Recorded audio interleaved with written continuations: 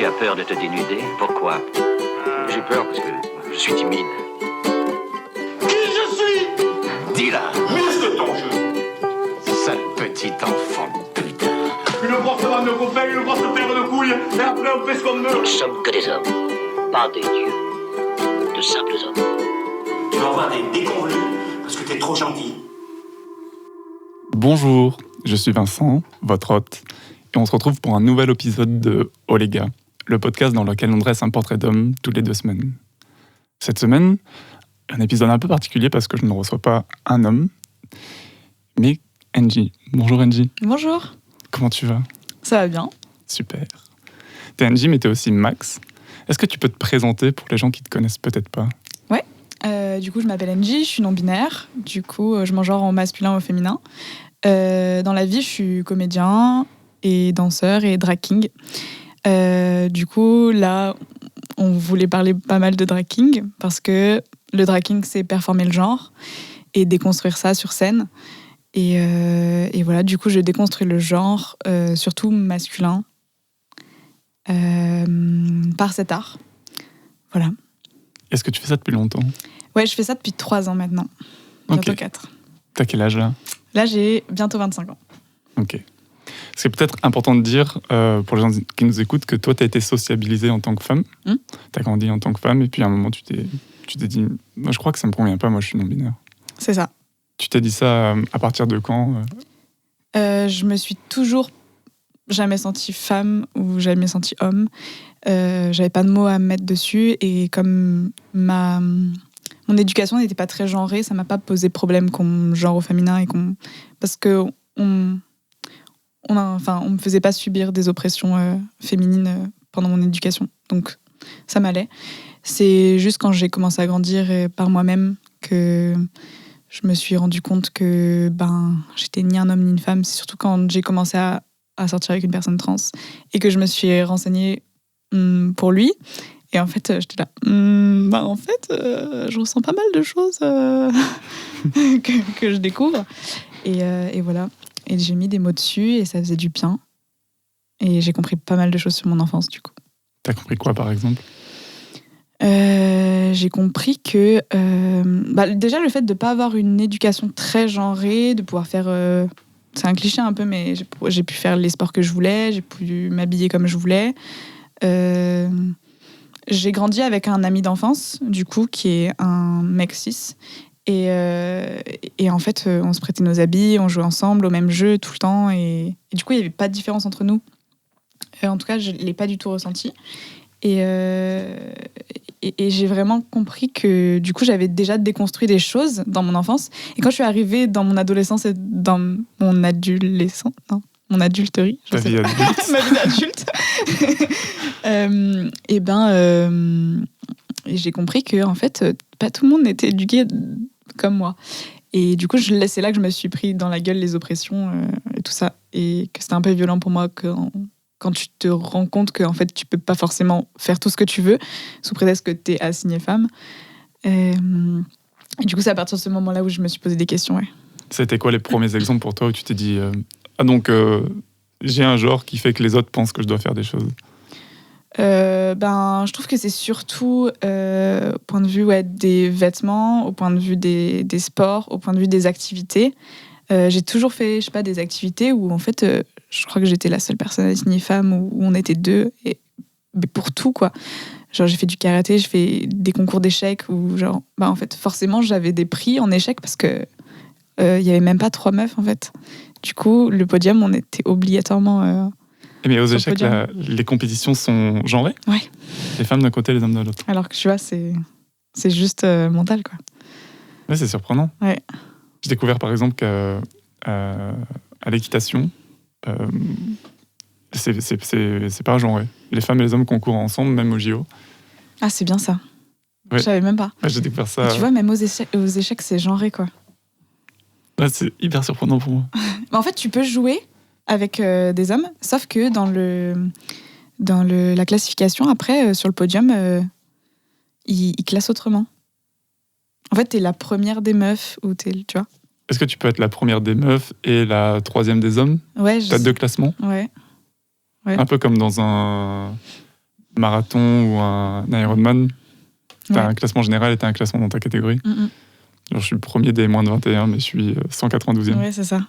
Ok. Du coup, surtout là-dessus. Et après, quand j'ai découvert ma sexualité, aussi, je me suis dit, mais quand j'ai découvert ma sexualité et mon genre en même temps, du coup, ça faisait beaucoup. Beaucoup de nouvelles informations. Ouais. Oui, parce que du coup, je suis attirée par tous les genres. Ok. Oui, donc, a priori, tu t'es pris à la fois le fait que il y a des activités qui sont réservées à ton genre, mais en plus, il faut vivre le regard de l'autre sur ta sexualité, j'imagine. Ouais. Toi, ça a toujours été très fluide, le fait d'être attiré par tous les genres? Ouais, ça a été très fluide, mais après, j'ai pas tout de suite assumé de sortir avec tous les genres de suite, quoi. En tout cas, je l'ai pas assumé publiquement tout de suite. Ça arrivait très vite quand même, mais parce que subir l'oppression et se cacher, c'était encore plus dur en fait. Et qu'est-ce qui fait que tu l'assumais pas au début? C'est la peur de l'oppression Ouais, surtout au collège quand en fait, pour ce genre de découverte, t'as l'impression que t'es la seule personne dans le monde qui ressent ça.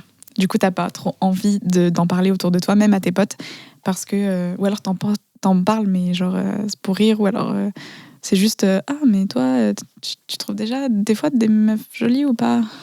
Ouais, ok, on finit la conversation comme ça parce que si j'en parle trop, peut-être qu'ils vont se douter de quelque chose, quoi. Tu tâtes le terrain. Ouais, c'est ça. Ok. Donc en fait, ça arrive assez tôt finalement. Ça arrive quand t'es au collège, t'as entre 12 et 15 ans ou quelque chose comme ça. Ouais, en fait, dès que je me suis mis à être attirée par quelqu'un, je me suis mis à être attirée par tous les genres. En fait, j'ai même pas fait de distinction, quoi. C'est peut-être aussi lié à mon éducation qui est non genrée. En fait, je me dis que ça a peut-être eu un lien, tu vois, j'en sais rien. Et maintenant que t'as côtoyé plus de gens et que tu t'es rendu compte qu'il y avait d'autres éducations, est-ce que tu trouves que ton éducation, c'est une éducation rare, ou est-ce qu'en fait, t'as trouvé plein de gens qui ont eu la même éducation que toi? Non, je trouve que c'est une éducation rare. Ouais. Et qu'est-ce qui fait que tu penses que tes parents ont réussi à te donner ça? C'était quoi les conditions Je crois qu'ils ont même pas fait exprès. Ok. C'était juste en mode, tu fais ce que tu veux, en fait.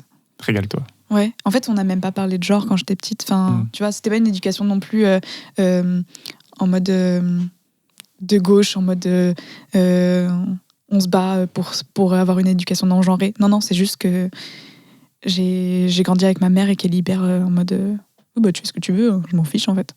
Ouais, un peu laxiste, tu vois. Du coup, dans ce fais ce que tu veux, au bout d'un moment, j'étais là, ok, trop bien. Il y avait toi. Ouais. Ok, t'es fille unique? Enfant unique, pardon. Enfant unique de mes deux parents, ouais, mais j'ai des demi-sœurs et demi-frères. Et du coup, j'ai mon ami d'enfance avec qui j'ai grandi, c'est un petit peu mon frère. Ok. Et alors, à un moment, tu te dis, j'ai envie de performer la masculinité. Ouais, en fait, c'est arrivé très vite parce que du coup, j'ai eu 4 années de formation de théâtre. Et au bout de la première année, forcément, on nous demande quel type de théâtre on veut faire et d'essayer de se positionner vraiment. Et moi, j'étais un peu perdue. Et en fait, à chaque fois que je faisais des choses, c'était assez tourné vers les discriminations, les personnes handies, les sexualités diverses, tout ça. Et je faisais beaucoup de scènes sur ce sujet-là. Et je disais souvent, en fait, moi, je veux faire du théâtre pour les gens différents. Et en gros, avec un pote, je commençais du coup à aller en soirée queer. Et avec un pote, il aimait bien se mettre des moustaches pour aller en soirée queer et se draguer. Et du coup, je me suis dit, vas-y, je fais comme lui et tout. Et plusieurs fois, on est allé en soirée en se faisant des moustaches, en se camouflant les seins, en mettant d'autres habits, en commençant à se kinguer, tu vois. Et un jour, je me suis dit, mais ce serait bien de monter sur scène comme ça, de faire un show ou quoi. Et avec ce pote-là, on a organisé un show. On a invité d'autres dragues qui faisaient déjà ça avant. Et du coup, c'était ma première scène drague. C'était pas ma première scène parce que du coup, je faisais du théâtre avant, mais c'était ma première scène drague. Et du coup, avec les gens avec qui on a fait ce show, on a monté un collectif lyonnais qui est le premier collectif de drag king de Lyon. Le tout premier. Maintenant, historiquement, tu veux dire? Ouais. Ok. Et maintenant, il y en a plein. et c'est trop bien. Mais du coup, c'était le tout premier, et là, on a commencé directement à continuer cette aventure. Et du coup, j'étais en mode, oh, mais en fait, moi, je milite dans ma vie et je fais du théâtre. En fait, là, j'ai combiné les deux, donc let's go, quoi. Et du coup, à partir de ce moment-là, donc c'était il y a 3 ans, à partir de ce moment-là, j'ai fait du drag une des parties de mon métier, quoi. Ok, parce que du coup, drag, ça peut être un métier. Ou comment c'est? Est-ce que c'est bénévole? Est-ce que tu es payé par les organisateurs? Est-ce que c'est un spectacle, donc c'est les spectateurs qui payent? En fait, ça dépend de beaucoup de choses. Il y en a qui font ça bénévolement. Il y en a qui font ça leur métier. C'est dur de vivre du drag parce qu'il faut être vraiment très connu. Moi, je garde de l'argent du drag, mais jamais pour en vivre encore. Ce serait cool. Forcément, c'est des scènes qui sont organisées par des personnes assez précaires, souvent. Et du coup, il n'y a pas forcément tout le temps l'occasion de te payer de manière légale, ou alors de te payer pour que tu aies des cachets pour avoir l'intermittence plus tard. Parce que du coup, quand on te paye par des cachets, forcément, c'est plus cher. Du coup, si j'étais payée en cachet à chaque fois que j'ai été payée en drague, je pense que j'aurais eu l'intermittence, tu vois. Ok. Donc tu fais beaucoup de scènes drag? Ouais. Plusieurs fois par mois. Plusieurs fois par mois? Ouais. À quoi il sert votre collectif? Ça sert à organiser ces soirées drag, ou est-ce que vous avez d'autres choses dedans? Ouais, on organise des ateliers aussi pour apprendre aux gens à se draguer. Se draguer avec un G, pas un U. Mm-hmm. Tu vois. Mais on peut se draguer aussi, y a pas de souci. On fait des ateliers, on fait des descentes aussi. Ça, on n'en fait pas souvent, mais c'est juste qu'on se balade dans la rue et qu'on se confronte au regard des autres. Voilà. Ça doit être très puissant, ça. Ouais. Tu peux nous raconter un souvenir de descente? Dans le tram. Dans le tram, en fait, il y a des gens où... Moi, j'aime bien que ça soit pas réaliste. Mais du coup, il y a des gens où le drag est réaliste sur eux. Et des gens où non, où c'est un peu fluide, on sait pas. Est-ce que c'est du maquillage? Est-ce que c'est pas du maquillage? Est-ce que c'est vraiment un mec? Je sais pas. Enfin, les gens sont très perturbés. Les gens nous prennent en photo, les gens parlent sur nous, les gens nous bousculent, les gens... ou alors les gens nous bousculent plus parce que du coup on est assigné mec et du coup genre on voit la différence de comportement face à nous. On prend plus de place et y a aussi des réactions violentes. Enfin, moi je me suis déjà fait cracher dessus en allant à un show parce que du coup j'étais maquillée et ce genre de truc, quoi. Ça doit être extrêmement dur de se prendre toutes ces réactions, en tout cas certaines. Mm. Et le fait de le faire en collectif, est-ce que ça t'apporte aussi un sentiment de puissance, d'affirmation? Ouais, le pouvoir du collectif en drag, c'est très important. Enfin, surtout en drag king, je trouve que les drag kings marchent plus en collectif que les queens. Et la puissance du ensemble est très importante, surtout parce qu'il y a plus de personnes assignées femmes qui font du king. Être plus forte ensemble, c'est très important, je trouve. Pour la sécurité? Entre autres, ouais. Et est-ce que l'inverse est vrai? Est-ce qu'il y a plus d'hommes qui font du drag queen? Ouais, il y en a. L'inverse est vrai. Parce que c'est la majorité, mais encore une fois, tout le monde peut faire du drag et n'importe quel type de drag parce que c'est juste performer un genre, donc... Est-ce que le drag est forcément militant? Ça, c'est une question que j'ai maintenant. Ça fait que quelques mois que vraiment je commence à m'intéresser un peu à ce que c'est et j'ai toujours pas vu un show. Et en fait, je me suis rendu compte la dernière fois, qu'est-ce que j'attends? Bonne question, de m'y mettre. Et la dernière fois, en discutant avec quelqu'un, je me suis rendu compte que c'était pas qu'un show, c'était aussi militant. Et j'ai pas compris si c'était militant à chaque fois. Pour moi, non, après, il y a se déguiser et être en drague, je trouve que c'est différent, tu vois. Donc, quand tu te mets en drague, vraiment, même si tu dis, ouais, moi, je fais pas du politique ou quoi, enfin, c'est politique, c'est militant. Le fait juste de se draguer, quoi, de pouvoir le faire. Quelle différence, du coup, il y a entre quelqu'un qui se déguiserait et quelqu'un qui ferait du drag? Mais genre, là, quelqu'un qui fait du drag, mais qui se défend que ça soit politique. Je pense que c'est la conscience de ce que tu fais. Quand tu vas à une soirée, ouais, tous les mecs s'habillent en femmes et tous les femmes s'habillent en mecs.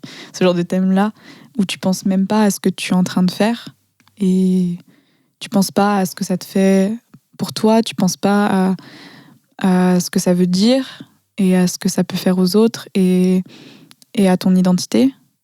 Et ben, je pense que là, c'est juste du déguisement et qu'il y a, tu sais, c'est pas profond, il y a rien derrière, quoi. Ouais. Après, j'imagine que tu vois quelqu'un qui se déguiserait, mais qui irait faire une scène. J'imagine que des fois, il y a des scènes un peu ouvertes où tu peux arriver, il y a des gens qui peuvent monter sur scène, et il se trouve que tu te chauffes et tu vas sur scène. J'imagine que ça, c'est encore pas vraiment du drag. Ça peut être quelqu'un qui vraiment s'amuse parce qu'il aime le regard des autres et parce qu'il trouve ça drôle. Ça peut être entre les deux, tu vois, ou à conscientiser plus tard. Oui. Est-ce qu'en général, les gens qui font du drag en font longtemps ? En font longtemps ? Ouais. Est-ce qu'il y a des dragueurs ponctuels ? Ouais. Il y a des dragueurs... Des dragueurs, j'ai jamais entendu ça. Comment on dit ? Il y a des dragues Instagram, genre des dragues qui font juste des photos, qui se maquillent juste, des dragues de chambre, j'appelle ça. Très mignon comme nom. Qui font juste des photos et qui les postent sur Instagram. Il y a des dragues en fait qui font ça identitairement, genre où c'est la place pour pouvoir développer son identité. Et il y a des dragues qui font ça pour la scène ou le loisir ou le côté militant. Et du coup, il n'y a pas la même implication pour tout le monde. Moi, je sais que tu vois, je t'ai dit que c'était une partie de mon métier. Du coup, je le considère vraiment important et j'ai envie d'en faire beaucoup. Après, c'est très énergivore. Du coup, tu peux pas en faire tous les jours, quoi. Et donc, du coup, il y a de tout. Ça dépend de l'espace mental et temporel que tu as pour ça. Toi, qu'est-ce qui fait qu'aujourd'hui tu fais du drag king et pas queen ? Enfin, tu vois, genre tu pourrais faire l'un ou l'autre, tu pourrais faire les deux. Et toi, en fait, t'as décidé de faire du king. J'ai décidé de faire du king, mais au début, mon drag, il était très, très juste masculin. Et plus j'avance, plus mon drag est très non-binaire et a envie de juste découvrir tout ce qui a trait au genre et se le réapproprier et mettre... Justement, j'aime bien utiliser des codes de tous les genres sur moi. Tu vois, par exemple, des fois, je mets des robes avec des talons, avec un gros manteau en fourrure, avec du rouge à lèvres, une grosse barbe, mais des grosses chaînes. Enfin, tu vois, j'aime bien faire un peu un micmac. Et j'aime bien toujours dire que je suis en drag king, parce que du coup, ça questionne... si je dis, là, je suis en mec, même si j'ai une robe, tu vois. Je trouve que ça questionne encore, mais je peux quand même jouer des codes du genre sur scène. Et j'aime dire que je suis toujours en drag king parce que c'est mon identité, c'est là où j'ai... Ça aurait pas de sens pour moi de dire que je suis une queen ou un drag queer parce que j'ai pas évolué dans ce milieu-là avec ces gens et qui disaient cette identité-là, tu vois. Et du coup, pour moi, mon identité est king parce que justement, j'ai fait des ateliers king, j'ai grandi mon king avec des kings. Du coup, même si mon king est hyper féminin un jour, je dirais toujours que je suis en king. Et justement, j'aime trop dire là, je suis en king. Alors que j'ai du rouge à lèvres et des talons. Et alors, pourquoi tu milites, toi ? Pourquoi je milite ? Parce qu'il y a encore du boulot. Parce que je trouve ça important de militer. Par exemple, moi, je suis pas quelqu'un qui va aller dans les manifs parce que ça m'angoisse. Et j'ai beaucoup trop peur de la foule et tout ça. Et je trouve que du coup, ma manière de militer, c'est sur scène. J'aime bien le fait de militer sur scène parce que c'est un peu une manière passive de mettre des petits sujets, des petits questionnements dans la tête des gens sans le savoir, pas en mode avec une pancarte en mode je pense ça, il faut que tu penses ça. Et du coup, je sais pas, c'est une manière douce et j'ai toujours discuté ou retranscrit mes émotions par l'art. Du coup, je trouve que c'est une bonne manière pour moi de le faire. Je pense que je me suis fait piéger par la langue française.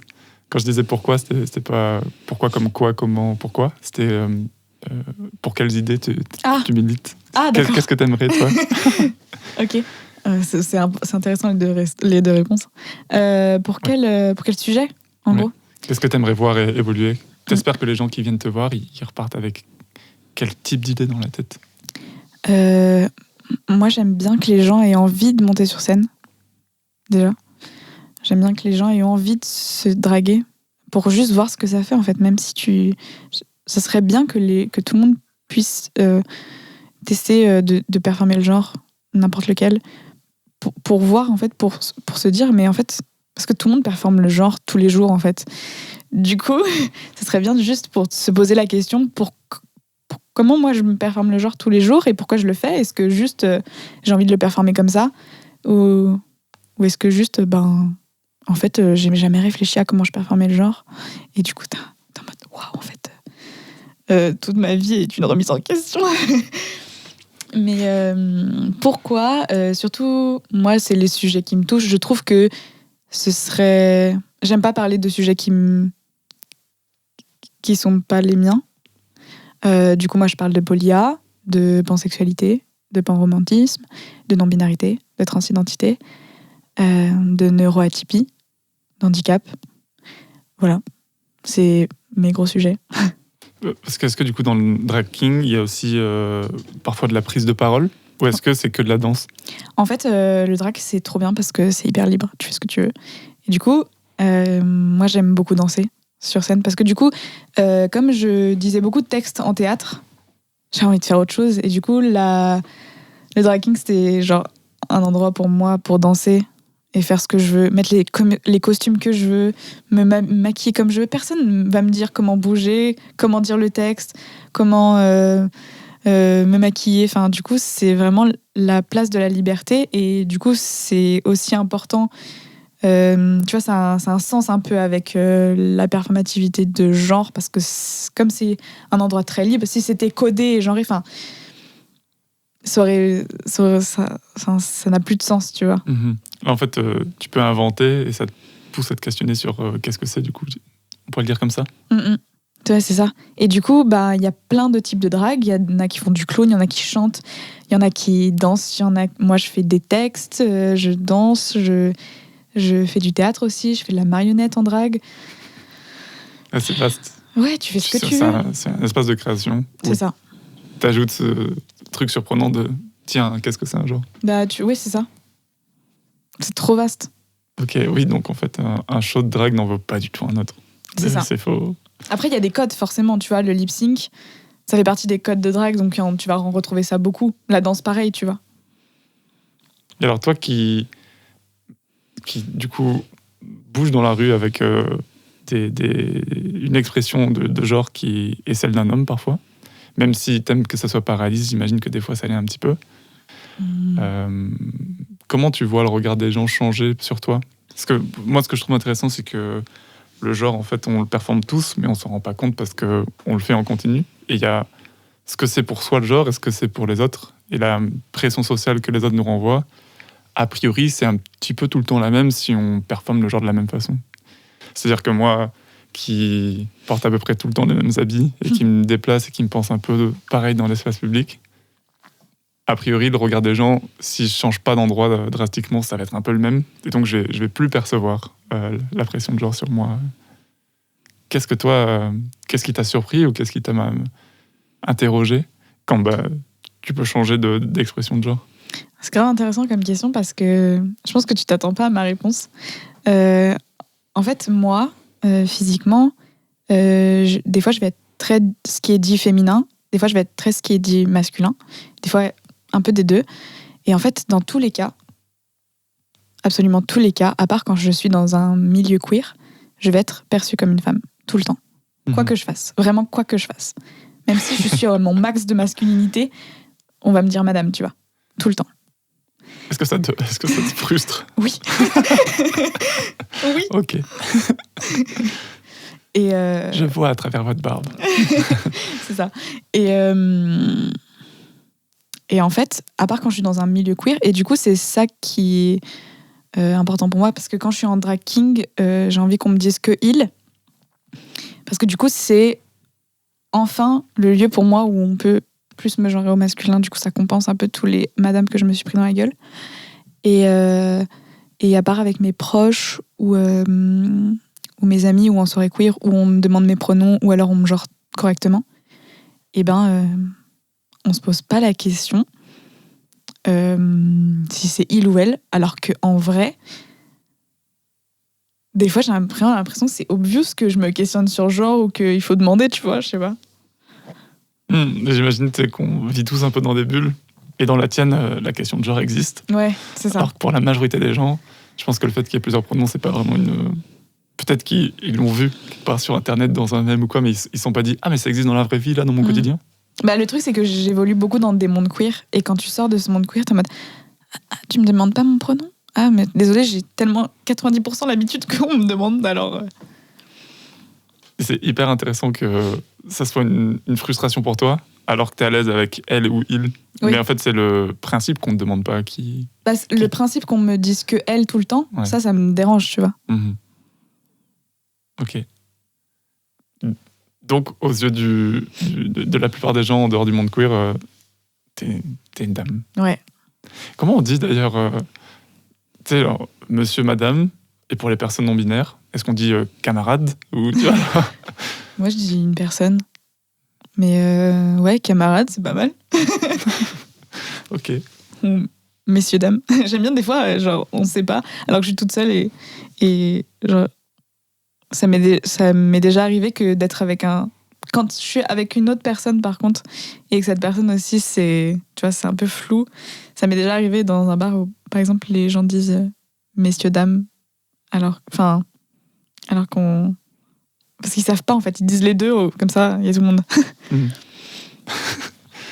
Je pense que c'est là-dedans. Oui, et ça me questionne beaucoup parce que, comme je suis attirée par tous les genres aussi, il y a un truc qui me questionne, c'est que comment tu es perçu, ça va aussi avec quelle personne est autour de toi avec toi.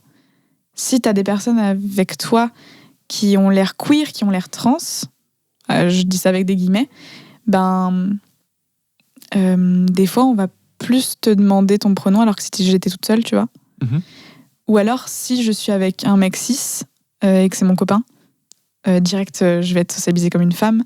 Si je vais être avec une meuf, tu vois, moi, je me questionne beaucoup sur comment les gens me voient en fonction de mon partenaire aussi, tu vois. Est-ce qu'on est vu comme un couple hétéro ? Est-ce que même quand je suis avec un mec trans, on est vu comme un couple hétéro ? Comment les gens voient ? Qui pense que c'est le mec ? Enfin, tu vois ce que je veux dire ? Pourquoi c'est important pour toi, ça ? C'est pas important, mais juste je me questionne comment je suis vue, en fait. Oui. Et je trouve que ça change en fonction de qui est avec moi. Ouais, en ce moment, je côtoie une fille qui est bi et qui a décidé d'avoir plusieurs partenaires dans sa vie parce qu'elle a envie de tester le polyamour, si c'est un truc pour elle. Et il y a un peu ce truc-là. Une fois, elle m'a dit que ça la rassurait. Parmi les trucs cool d'être avec moi, qui me concernent pas vraiment, il y a... en fait, quand on marche dans la rue ensemble, je suis une femme, t'es un homme, et du coup, il n'y a pas de pression de regard. Ouais. Je me sens... je sais pas si c'est accepter le bon mot ou normal, mais je sens qu'il y a une pression en moins. Ouais, c'est grave ça. Enfin, moi aussi, je le vis. Genre, je suis totalement OK avec tenir la main de mon partenaire si c'est une personne assignée femme, tu vois, dans la rue. Mais je vais toujours avoir peur, un petit peu, dans un coin de ma tête. Alors que quand je suis avec un mec cis, j'ai pas peur. J'ai vraiment pas peur. Est-ce qu'il t'est arrivé des mésaventures autour de ça ? Ou est-ce que c'est juste de savoir que ça peut arriver ? Oui. Oui, on est déjà venu me faire chier pas mal de fois. Okay. Ouais, malheureusement. Et ça m'est déjà arrivé qu'on vienne me faire chier avec un de mes partenaires, alors que c'est un mec cis. C'est juste qu'il a des dreads très longues et que c'était le soir. Et du coup, il a été pris pour une meuf. Alors que tu vois, j'étais avec un mec cis, on vient encore me faire chier. Et du coup, je l'ai accompagné en bas de chez lui. Et en fait, ses voisins nous ont craché dessus et nous disaient... on me crache beaucoup dessus, j'ai l'impression. Ah oui, wow. Ils nous ont craché dessus, ils nous disaient « Ouais, les goudous et tout ». Et genre, il a fait « Oh, qui c'est qui dit ça ?» En fait, avec sa grosse voix. Ouais. Et les gens, ils ont dit « Oh, pardon !» Oh, excusez-moi. Ah, en fait, vous êtes un couple hétéro. Ok. Et du coup, même le « Oh, pardon » était très questionnable, tu vois ce que je veux dire ? Du coup. Du coup, en fait, ça va. Donc c'est vraiment assumé de votre part. Du coup, même quand je suis avec un mec cis, on me fait chier, quoi. Ça, c'est hyper important pour moi d'avoir des témoignages aussi de gens qui partagent cette réalité-là, parce que je pense que quelqu'un comme moi qui est, en tout cas, qui a vécu que des histoires affichées hétérosexuelles, c'est une réalité qui n'existe pas. Déjà, la réalité du harcèlement de rue, quand tu es un garçon, tu l'entends par un peu tes potes, un peu ta copine, mais tu la vois jamais. Parce qu'en fait, personne emmerde ta meuf quand t'es à côté, quoi. Ouais. Ou ta pote. Ouais, c'est ça. Et j'ai une pote qui me racontait un truc... je trouve que ça interroge beaucoup. Et moi, ma première réaction, c'est d'en rire. Mais il y a plein de questions qui émergent derrière. Elle a vécu une histoire avec une fille où elles sont allées en boîte, elles se sont retrouvées pour danser et tout. Et elle, c'est sa première aventure avec une femme. Très à l'aise avec ça. Elle est super... ça lui va, quoi, tu vois. Et en fait, en dansant avec cette fille, il y a plein de gens qui sont arrêtés dans la boîte, qui les ont interrompus quand elles s'embrassaient ou quoi, pour leur dire « Ah, c'est vraiment super » et tout. Et en fait, il y a un peu ce truc-là de... Eh ben moi, je veux montrer mon soutien aux gens qui vivent leur sexualité, quelle qu'elle soit. Mais du coup, je vais avoir des comportements que j'aurais jamais avec des hétéros. Et je dis « Mais les gens me font chier, pourquoi ils me laissent pas embrasser ma meuf tranquillement ?» Et que tu viennes les voir pour les interrompre négativement ou positivement, en fait, tu marques le fait que ça, c'est étrange.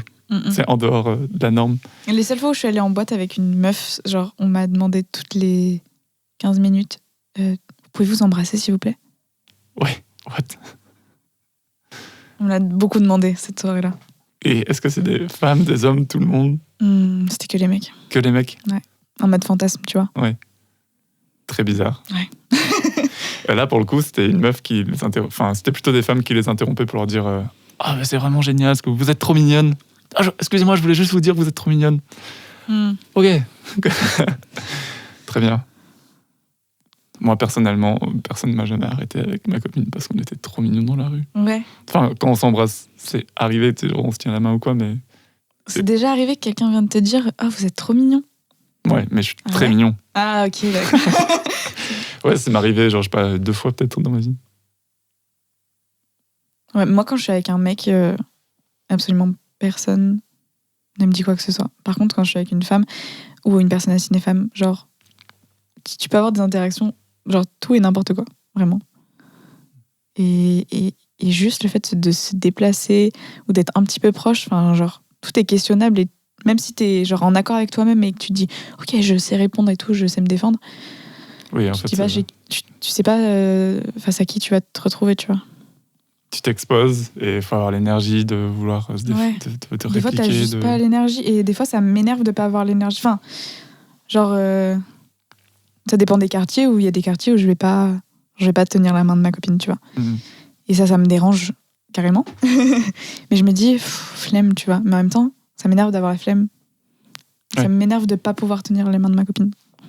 Ou d'être... Des fois, genre, je suis dans la rue avec ma copine, je lui tiens la main, et genre, il y a un groupe de mecs qui zonent là. Et genre, forcément, quand je vais arriver vers eux, genre, soit je vais enlever ma main, ou genre, on va se décaler, enfin, tu vois. Il y a un truc comme ça. Alors que si j'étais avec un mec, je sais que j'aurais pas pensé à ça.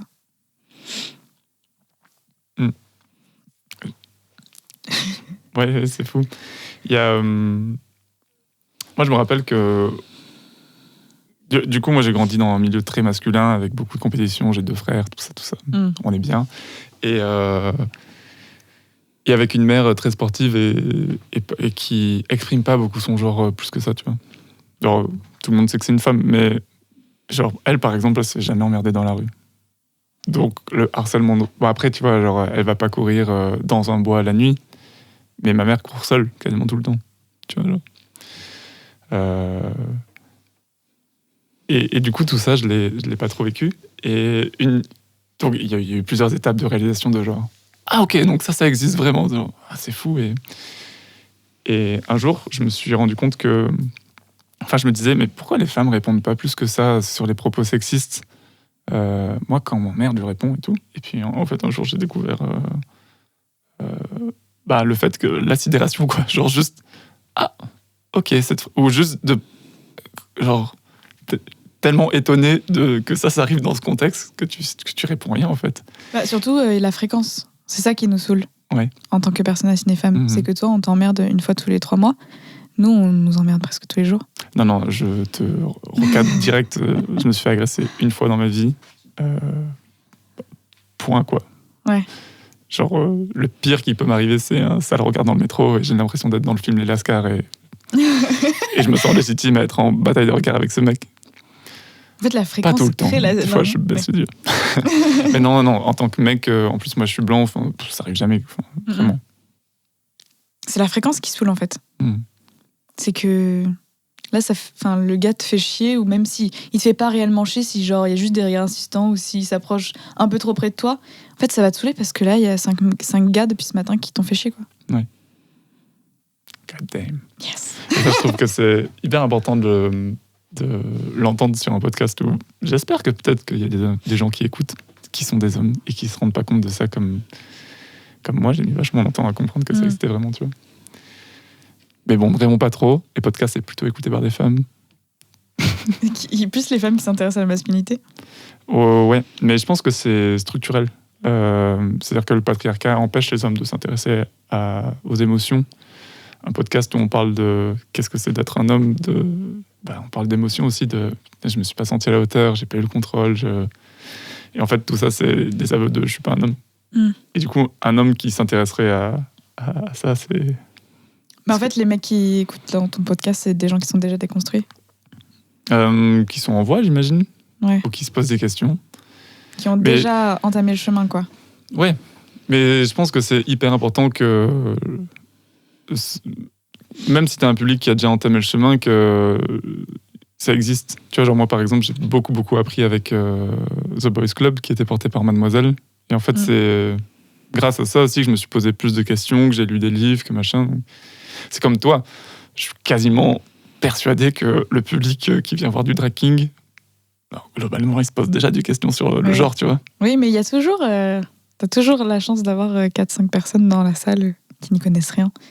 Ah. Et des fois, je me dis, en fait, tu le fais pour ces 4-5 personnes-là, tu vois, des fois. Qu'il y ait suffisamment de monde pour qu'elle soit anonyme. Ouais. Qu'elle sache pas que t'es là pour elle. C'est ça. Comment ça a commencé pour toi ? Est-ce que tu as eu des inspirations un peu, genre des modèles ? Ouais. Moi, j'aime beaucoup Bilal Hassani. Ouais. Et j'aime beaucoup Dorian Electra, je sais pas si tu connais. Non. C'est un chanteur qui est en drague aussi, quand il chante. Et c'est vraiment une... Je saurais même pas dire s'il est en drag king ou quoi. Mais c'est un performeur qui fait de la musique. Et genre, son univers est génial. Et Bilal Hassani... J'aime beaucoup ce qu'il est et ce qui... En fait, il a beaucoup de... Moi, j'aime beaucoup les gens qui ont de la détermination et qui arrivent à faire ce qu'ils veulent alors que genre, toutes les portes sont fermées. C'est une personne qui, quand il était petit, il a dit moi, je serai une star. Moi, je serai chanteur. Moi, je serai à l'Eurovision quand je serai plus grand, tu vois. Et en fait, mais personne ne croyait en lui, tu vois. Et il y est arrivé. Et en fait, il a représenté la France alors que quand même... toute l'identité politique et visuelle qu'il a, genre, il a représenté la France alors que vraiment... Enfin, moi, je trouve ça beau qu'une personne comme ça représente la France, tu vois. Et, je sais pas, Bilal Hassani, c'est vraiment genre quelqu'un que j'aime trop. Et j'aime beaucoup aussi Aloïs Sauvage, même si c'est une personne assignée femme, tu connais ? Non. C'est une chanteuse, rappeuse, comédienne, circassienne. J'aime bien les gens qui sont pluridisciplinaires aussi. Enfin, qui s'expriment par plein de moyens. Ouais. Parce que je pense que je le suis aussi et que ça me touche. Et je me retrouve beaucoup dans Aloïs Sauvage. D'ailleurs, on me dit souvent que je lui ressemble, c'est marrant. Genre physiquement. Ok. Et j'irai voir. Mais en plus, on a eu la même formation, enfin, c'est ouf. Je suis cette personne en moins connue. Peut-être bientôt. On espère. Et en fait, j'aime beaucoup les gens qui ont beaucoup de détermination et qui ont beaucoup d'ambition. Et elle fait partie de ces personnes-là. Ok. Est-ce qu'il y a déjà des gens qui sont venus te voir en disant que tu étais une inspiration pour elle ? Ouais. Dans le King, par exemple ? Ouais, en vrai, j'ai beaucoup de gens que j'ai poussés à faire du drag. J'ai beaucoup de bébés de bébé drague à mon actif. Parce que, comme je te disais tout à l'heure, j'aime beaucoup pousser les gens à monter sur scène. Parce que pour moi, tout le monde devrait faire du théâtre. Tout le monde devrait au moins ressentir une fois ce que ça fait d'être sur scène et d'avoir tous les regards sur toi et de faire ce que tu veux. D'être libre de t'exprimer. Enfin, je trouve que c'est... Tout le monde devrait avoir la place de faire ça au moins une fois, tu vois. Tu penses que ça apporterait quoi ? Je trouve que... Enfin, moi, ça m'apporte d'avoir la confiance en moi. Ça m'apporte d'avoir... de ressentir des émotions, en fait, que tu ne ressens jamais dans le quotidien. Et maintenant, je pense que je suis accro à ce que me fait ressentir la scène, tu vois. Je vois bien. À un moment, j'avais un peu cette question de... ok, là, en fait, les moments de vie que j'ai préférés, je pense que un bon 2/3, tu vois, c'est... Il y avait un public, je parlais, c'était improvisé ou pas, tu vois, mais j'avais beaucoup de gens qui me regardaient et je les faisais rire, ou je voyais les idées rentrer dans eux et qu'il y a des choses qui se passaient. Et je me suis un peu posé la question. Je me suis dit, ok, est-ce que je veux faire ça ?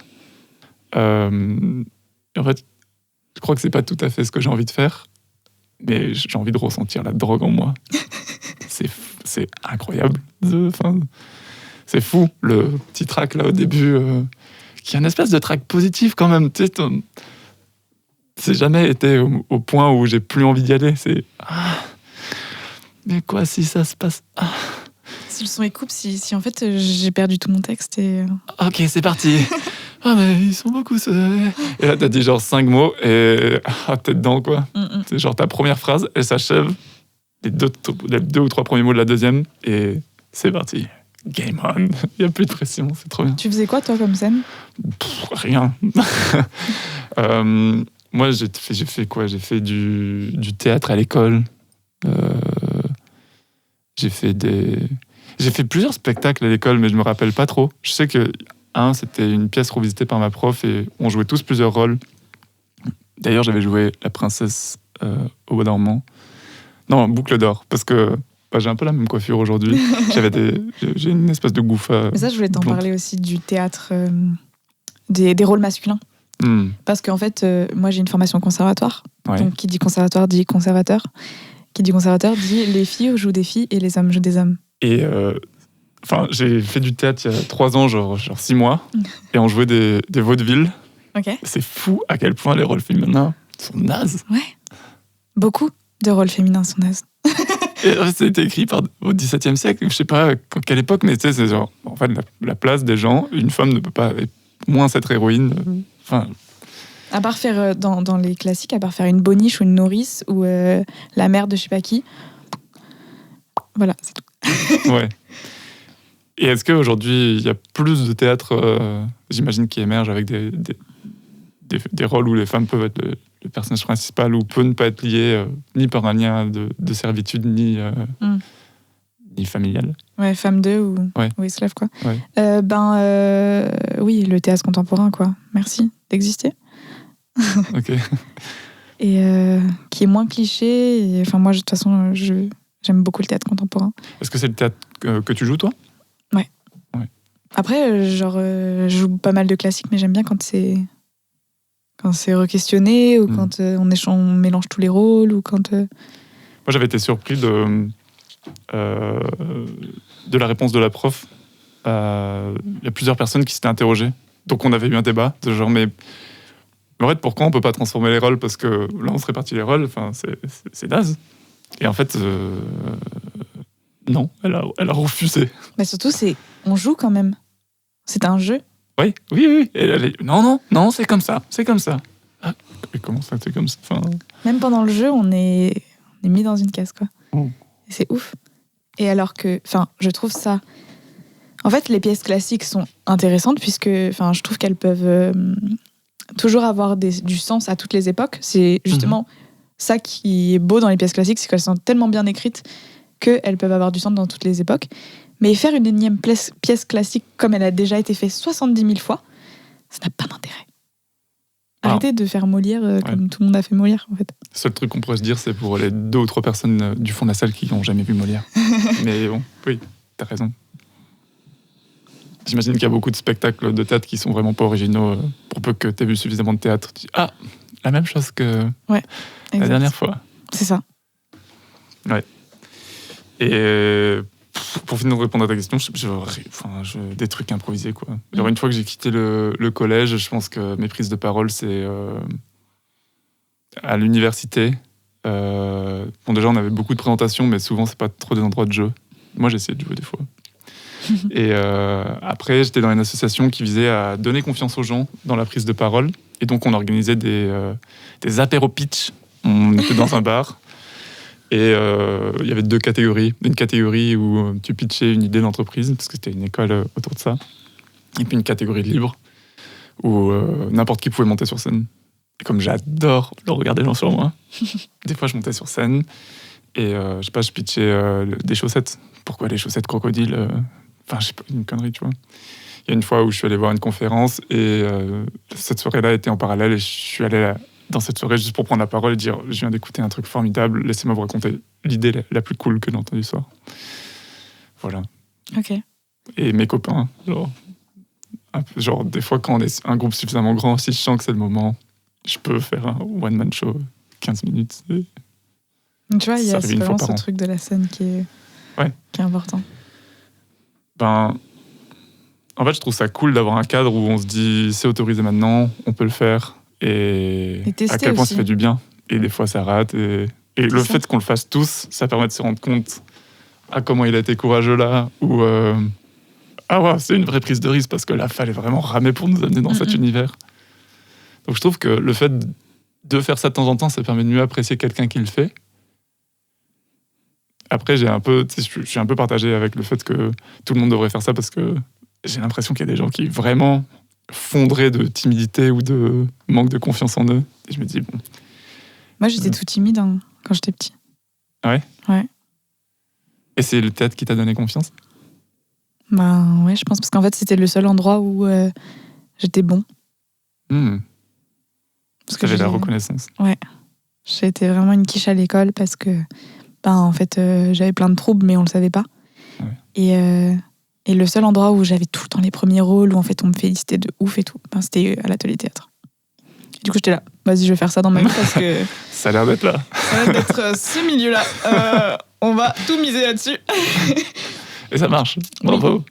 Oui. En fait, même si je suis pas sur scène ou quoi, ou que même si ça marche pas en tant que métier, je sais que ce sera toujours tourné vers l'art, tu vois, quoi qu'il arrive. Parce que c'est le seul endroit où j'ai l'impression d'avoir vraiment quelque chose à faire et à dire, tu vois. Est-ce que, 2 questions, est-ce que tu te considères timide aujourd'hui ? Et est-ce que ton message sur l'art, les messages que tu fais passer, est-ce que tu te rends compte que c'est un peu tout le temps la même chose ? Ou qu'il y a des boucles ? Je pourrais détailler cette deuxième question après. Quand je me sens pas à l'aise dans un groupe ou quoi, je peux être timide. Alors que j'ai l'impression que j'avais totalement skippé ça depuis mon enfance, avant le théâtre. J'avais totalement enlevé la timidité de ma personne. Et quand je suis rentrée dans le conservatoire et que j'étais pas très à l'aise avec mon groupe, je suis redevenue timide et introvertie. Et ça m'a fait bizarre. J'avais l'impression d'avoir 8 ans. Et là, t'es toujours avec ce groupe ? Non. Ok. Non, c'était à Montpellier, ça. Ok. Donc là, tu te sens plus timide ? Ouais. Ok. Mais je peux le redevenir. En fait, c'est juste, ça fait partie de moi aussi qui est une personne timide aussi à l'intérieur. Et selon les gens autour de moi, tout le monde est comme ça, non ? J'imagine. Oui, j'imagine. Tout le monde peut se faire un peu intimider. Ouais, c'est ça. Et la deuxième question, c'est... Non, je pense que c'est une denrée illimitée. Et que moi, je suis pas le genre de personne qui va faire les mêmes shows très, très, très souvent. J'aime beaucoup me réinventer, recréer. Puis, de toute façon, je suis tout le temps en évolution. Ma vision du genre évolue, ma vision de la sexualité évolue. Donc, je ferai pas forcément les shows que j'ai fait au tout début de mes performances, tu vois. Et ça évolue et j'aime bien tout le temps créer, tout le temps. C'est le même sujet, mais tu changes le contenu, tu changes la façon de le dire, tu changes... C'est ça. Et il y a aussi un truc que je voulais dire tout à l'heure, c'était que je trouve un truc important aussi dans la scène drague, c'est aussi ce qu'il y a autour. Moi, je sais que j'aime beaucoup monter sur scène, j'aime beaucoup le moment où je suis sur scène, j'aime beaucoup le moment où je me prépare. J'aime beaucoup le moment de préparation. J'aime beaucoup, parce que y a un petit rituel, je mets tout le temps la même musique. Je prépare ma mise de costume une semaine à l'avance dans ma chambre et je la regarde pour voir si je peux rajouter des trucs. Je prépare ma trousse de maquillage très longtemps à l'avance. Après, c'est peut-être mon côté neuro un peu toqué, mais... l'après aussi, j'ai tout le temps des rituels. Et aussi, le moment où t'as des retours, que ce soit sur les réseaux ou sur le moment présent, où en fait, c'est là que tu captes que tu es utile et que tu sers à quelque chose et que le fait de monter sur scène a un impact. Et en gros, genre, quand les gens ils te disent grâce à toi, j'ai pu faire mon coming out, alors que ça... Enfin, tu vois, tu te dis, j'ai juste dansé sur une musique, tu vois. Et non, pas juste. Pas que. Tu vois. Et avoir des répercussions comme ça, tu te dis, ah ouais, quand même, c'est utile ce que je fais, tu vois. Est-ce que toi, ça t'aide à avancer aussi ? Ouais. Parce qu'en fait, tu fais beaucoup pour les autres, mais quand tu sais, je me rends compte que j'ai pas eu beaucoup de discussions avec ma famille et moi-même, tu vois. En fait, j'ai l'impression que tellement j'expose ma vie, ils devraient savoir. Et évidemment, ils sont Instagram. Oui. C'est vrai. Mais en fait, tu vois, ils voient tout, mais ils me disent rien. Parce qu'en fait, je sais pas, j'ai l'impression Tu penses qu'ils voient ? Ouais, ils voient. Ok. Mais on me dit rien, tu vois. Et t'aimerais qu'on te dise ? Ouais, mais en même temps, je me braque très vite avec ma famille, c'est marrant. Ouais. C'est des gens... Il y a un passif énorme avec sa famille, donc... Même un mot de si travers et ça ouvert d'esprit, tu vois. Ça transforme tout un imaginaire quand j'avais 14 ans. Ouais, j'ai l'impression que je suis pas du tout mature quand je suis avec eux, c'est insupportable. J'ai la patience d'une huître. Moi, pendant tout un temps, je pensais que le meilleur qu'on pouvait faire avec ma famille, c'était juste être très très loin l'un de l'autre. Alors, j'ai choisi d'aller étudier à l'étranger et j'ai pris la destination la plus loin possible. Et j'ai découvert qu'en fait, il me manquait, tu vois. J'étais là genre, ah bon ? Comment ça, il me manque ? Et par contre, il y a vraiment pour moi, c'est énergivore à fond d'aller dans ma famille et j'ai l'impression de m'exposer vraiment. Pas parce que je leur cache qui je suis ou quoi, mais parce que j'ai pas l'impression que qui je suis, c'est tout le temps bienvenu. Et parce que j'ai l'impression que qui ils sont, je l'accueille pas forcément. Tu sais, je me pose plein de questions, j'ai envie d'évoluer sur plein de trucs. Et en fait, dans ma famille, il y a des gens qui se posent pas de questions et qui veulent pas qu'on leur en pose. Oui. Et pour moi, c'est très dur de comprendre ça, tu vois. Je suis là, donc, aucune question, rien, pas de question, ok. Et du coup, ça dit quoi, tu vois, genre on joue à des jeux, on se balade, rien. Okay.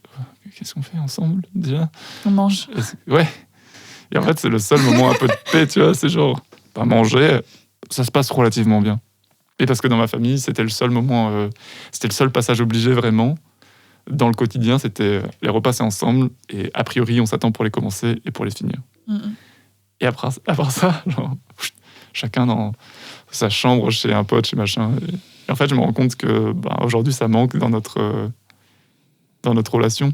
Et il y a un peu ça maintenant que j'habite loin de ma famille. Quand j'y retourne, même si j'y retourne 3 jours, en fait, je passe plus de temps avec eux qu'avant. Parce qu'avant, on mangeait ensemble 1h le midi, 1h le soir. Ciao.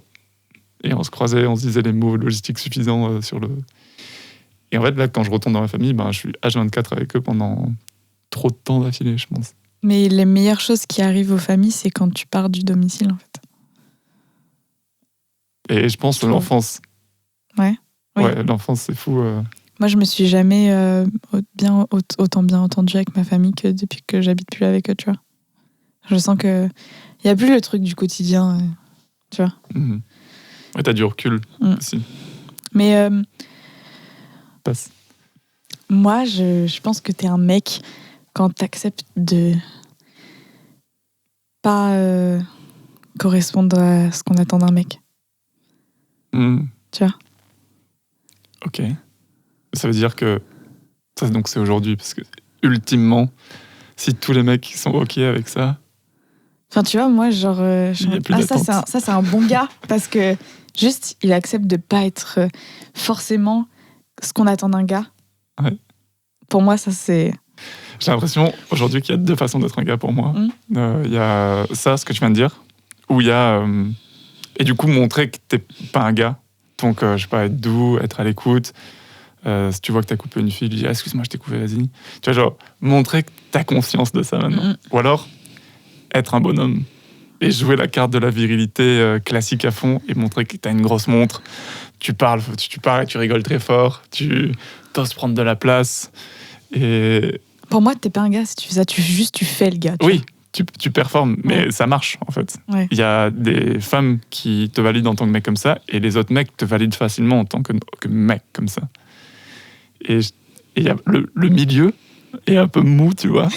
Et je trouve que si tu veux être un mec, t'as ces 2 options fortes où vraiment ça va être reconnu que t'es un mec, et au milieu, je sais pas, je trouve que ça expose un peu à être reconnu comme quelqu'un qui manque de confiance ou qui sait pas trop. Okay, je vois.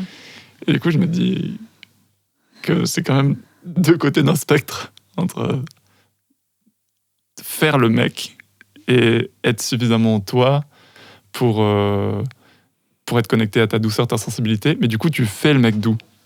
Dans le sens où, tu vois, moi, par exemple, maintenant, je pense que j'exprime ma masculinité. Je pense que la virilité, c'est ça. C'est juste une expression de masculinité. Du coup, ma virilité, elle est dans être un mec doux. Et du coup, j'ai beaucoup de mal et de peur d'être en colère, de montrer ma violence, de jouer à la bagarre.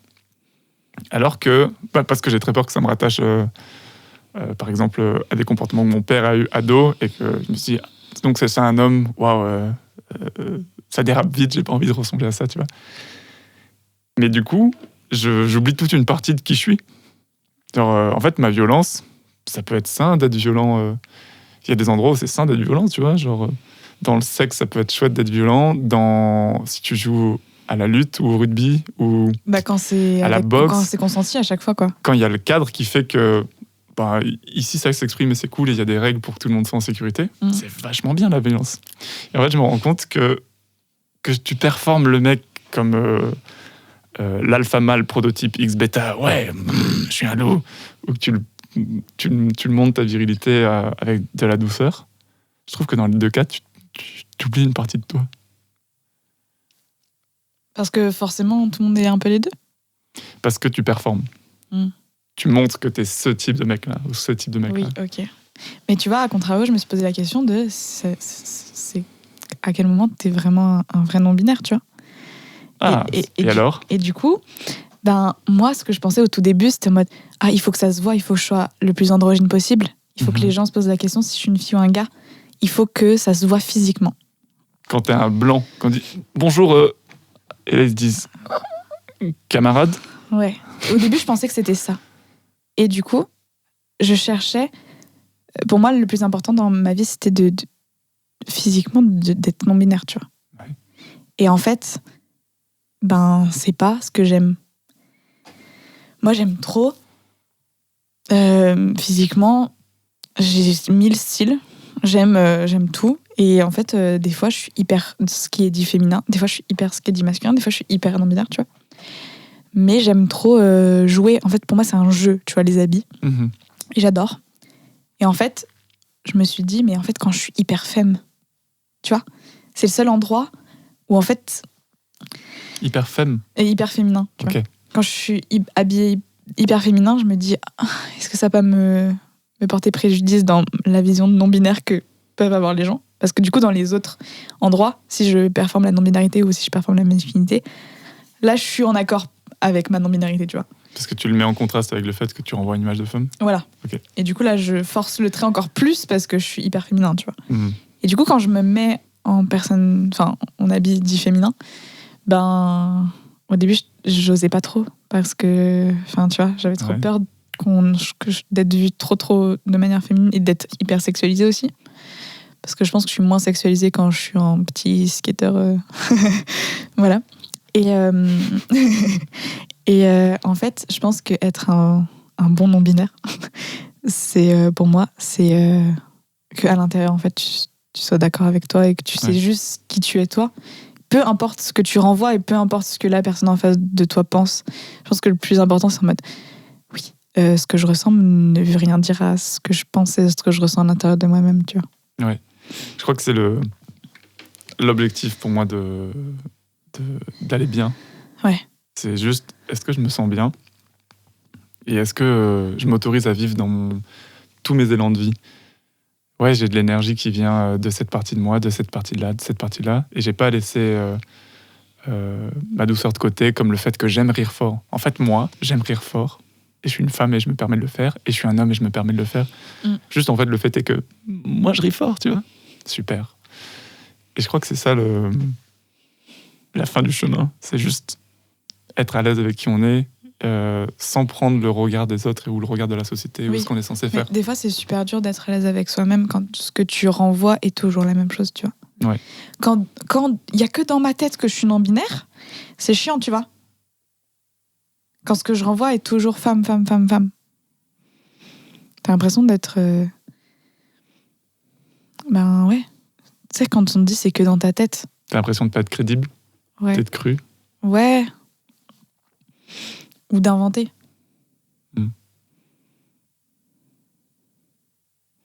Quand ça se voit pas, en fait, c'est les trucs qui sont invisibles. C'est comme les handicaps invisibles, tu vois. C'est le même combat. Je comprends que ce soit un poids à porter. Je crois vraiment que cette tranquillité-là avec soi-même, c'est le truc le plus précieux qu'on peut s'offrir. Mais il y a des jours où je les ai et des jours où je les ai pas. Ouais. Puis il y a des situations. Ouais, clairement. Trop intéressant. Le dernier invité que j'ai eu, c'est Sandra Forgue, qui est champion olympique de kayak en 96 en tant qu'homme et qui est devenue trans. Et elle m'a éclairé sur quelque chose. En fait, il y a une triptyque que j'avais jamais conscientisée qui est le genre que tu as pour toi, comment toi tu te ressens, l'expression de genre que tu as, quel signe tu donnes à l'extérieur de ton genre, et il y a ta biologie. Et en fait, c'est trop intéressant pour moi maintenant de me dire, je peux me ressentir, admettons, non-binaire, et aujourd'hui, mon expression de genre, c'est ça. Et en fait, je trouve ça trop chouette d'avoir un support mental où je peux me dire, en fait, c'est des aires différentes. Et donc, c'est un triangle, en fait. Et je pense que le regard des gens, parfois, il pèse parce qu'ils confondent ça. Ils disent, ah oui, mais là, t'es habillée comme une femme. Donc, t'es une femme. Tu peux pas être non-binaire parce que t'es... Oui, il le place sur un seul spectre alors qu'il y en a 3. Ouais. Et ça m'a un peu, bouleversé, what? Ah, mais c'est très très clair dit comme ça. Oui, okay, il y a 3 sphères en fait. Super. Merci beaucoup, c'est super. On arrive doucement à la fin de cet épisode. Est-ce que toi, tu aurais envie de faire passer un message, une bouteille à la mer?